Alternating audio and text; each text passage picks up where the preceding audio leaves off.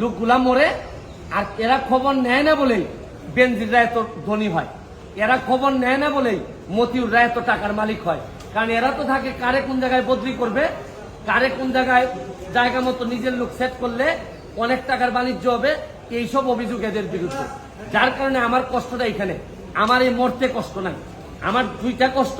একটা হচ্ছে মরে গেলে আমার এলাকার মানুষের কি হবে বলে শুনেছি আমরা, পুরো বিষয়টা আমাদের একটু জানান। গতকালকে আমি আমার জীবনের নিরাপত্তা চেয়ে শেরেবাংলানগর থানায় একটি জিডি করি। জিডির বিষয়টি হচ্ছে গিয়ে যে গত বৃহস্পতিবার সংসদে থাকাকালীন সময়ে আমার এলাকার যিনি অফিসার ইনচার্জ উনি আমার ফোন দিয়ে জানালেন যে স্যার আপনি একটু বাড়ি আসলে আপনার সাথে আমার একটু বসতে হবে, গুরুত্বপূর্ণ কথা আছে।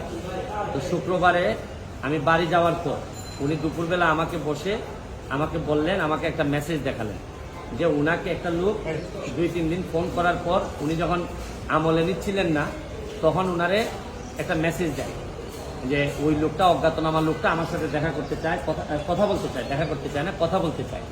তো ওসি সাহেব আমলে নেননি। পরে যখন মেসেজটা দেখছেন, যে মেসেজের মধ্যে আছে দেখা যাচ্ছে যে একটা কন্ট্রাক্ট কিলার গ্রুপ যারা হায়ার করা হয়েছে তারা নাকি অ্যাক্টিভ, তার বক্তব্য অনুযায়ী।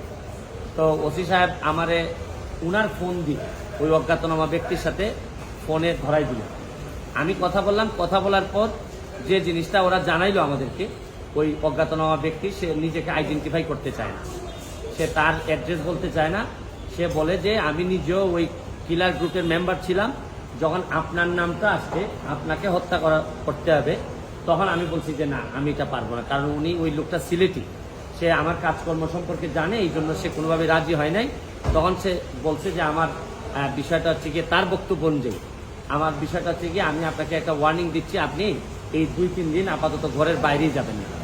তো এটা শোনার পর আমি নর্মালি এর আগে অনেকবার আমি মৌখিকভাবে বা আমার পিএস এর মাধ্যমে বিভিন্নভাবে আমি থ্রেট করি, এগুলো আমি আমলে নেই না, কারণ এগুলা সামনে বললে একটা প্যানিক তৈরি হইতে পারে, এই জন্য আমি কখনোই সামনে নিয়ে আসি নাই।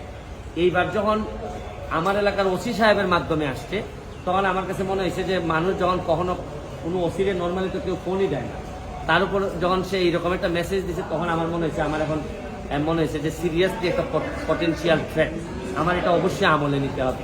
তো এই জন্য আমি ওই দিন পরের দিন সকালে আমি ঢাকা চলে আসি, সংসদ ভবনে চলে আসি।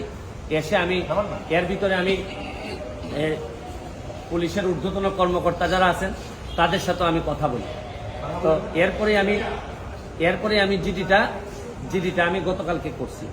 কিন্তু আমার যে জায়গাটাতে প্রশ্ন হচ্ছে, দেখেন আমি একজন মেম্বার অফ পার্লামেন্ট, পুলিশ যখন আমার এলাকার ওসি সাহেব যখন জানলেন কোনো একটা মারফতে যে আমার একটা লাইফ রিস্ক আছে, তখনই কিন্তু উচিত ছিল যে উনি এসপি সাহেবের সাথে আলাপ করবেন, ডিআইজি সাহেবের সাথে আলাপ করবেন, এটা কি আসলেই থ্রেট নাকি না কেউ বোগাস নাকি না কিছু, এটা তো আমার কাছে আসার আগেই এদের তদন্ত করে ফেলা উচিত ছিল। মানে আমাকে জিডি করতে হলো কেন? প্রশ্নটা হচ্ছে গিয়ে যে আমার থ্রেটটা তো আমি জানি না, জানছে প্রথমে ওসি সাহেবের পরে এটা এসপি ডিআইজি ওনাদের কাছে যাবে। আমি জানার আগেই ওনারা আমাকে প্রোটেকশন দিবেন, আমাকে পরে জানাবেন যে এই থ্রেটটা যেটা ছিল এটা রিয়েল অথবা ফেক। ওনারা আমাকে বলছেন, ওসি সাহেবের যতটুকু ব্রেইনে ধরছে উনি ধরছেন, আমাকে বলছেন, আমাকে জিডি করতে হয়েছে। আর আমার নিরাপত্তা তো এখন আমার নিজেরই দিতে হইতেছে।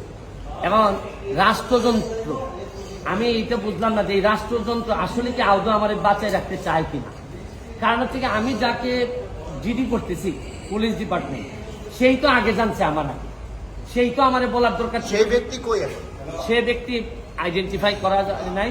পুলিশ মারফত কখনো শুনলাম যে ওনারা নাকি ট্রেকিং করে, কখনো বলছেন যে এই পাহাড়তলি চট্টগ্রামের, তারপরে কখনো বলতেছেন তার বাড়ি এই বড়লেখা বা সিলেটের কোন জায়গায় যেন।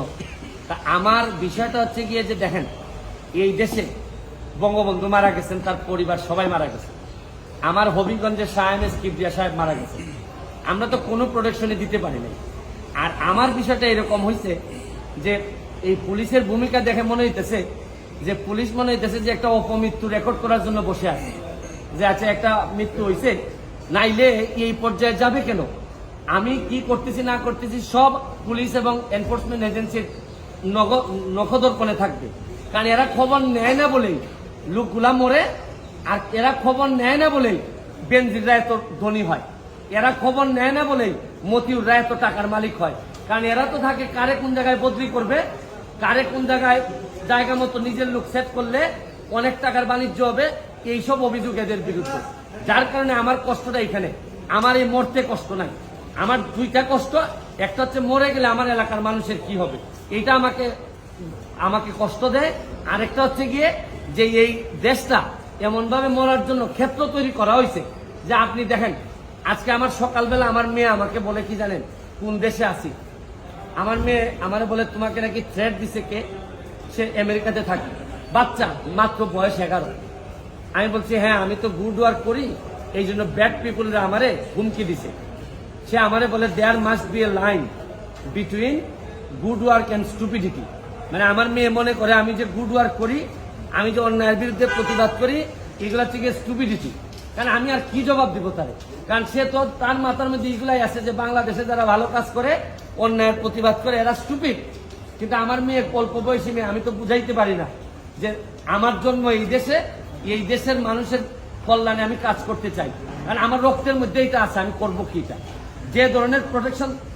আমি তো আর আগের ব্যারিস্টার সুমন না, মেম্বার অফ পার্লামেন্ট হিসাবে আপনারা আগের ব্যারিস্টার সুমনকে ফেলে দিলেন, কিন্তু মেম্বার অফ পার্লামেন্ট হিসাবে আমার সিকিউরিটির আগেই আমি যে জিডি করা লাগলো, এটার জন্য দুঃখ প্রকাশ করতেছি। কেন আমি জিডি করবো? আর যদি এটা আমার কাছ থেকে ইনফরমেশনটা আসতো যে আমার পিএস বলছে যে আমার থ্রেট দিছে, বা আমার এক বন্ধু বলছে, বা আমার এক আত্মীয় স্বজন বলছে, তা নয় আমি জিডি করলাম। পুলিশের মাধ্যমে যখন আসে তখন তো সাথে সাথে এই কাজটা করার দরকার ছিল। এখন বুঝেন অবস্থাটা কোন জায়গায় আছে। তারপর আমি বিশ্বাস করি যে যতদিন আসি মানুষের কল্যাণে কাজ করতে চাই, আপনাদের দোয়ায় কাজ করতে চাই, আর নিজের মানুষের আমার প্রতি যে বিশ্বাস, আমি মনে করি এটাই আমার নিরাপত্তা। আর এখন বাকিটা এনফোর্সমেন্ট এজেন্সি আছে, তারা যদি আমি কথা বলছি আইজিপি মহোদয়ের সাথে, উনি অত্যন্ত ভালোভাবে আমাকে আনসার দিচ্ছেন, বলছেন যে এটা তো আগেই ওদের এই কি করার কথা। উনি আমার বিশ্বাস যে উনি ওই যারা আছে তাদেরকে প্রশ্ন করছেন যে এটা তো তোমরা জিডি করার আগেই ইনফরমেশন পাওয়ার সাথে সাথে কাজ করার কথা। একমাত্র আইজিপি সাহেব, বর্তমান আইজিপি সাহেব, উনি আমার অ্যাঙ্গেলে উনি কথা বলছেন।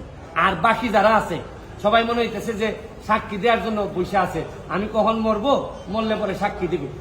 আমার এলাকাটা কিভাবে চলছে বুঝেন না আপনারা, যে কারে কোন জায়গায় সেট আপ করবে, এইভাবেই চলছে। থ্যাংক ইউ, দোয়া চাই সবার কাছে।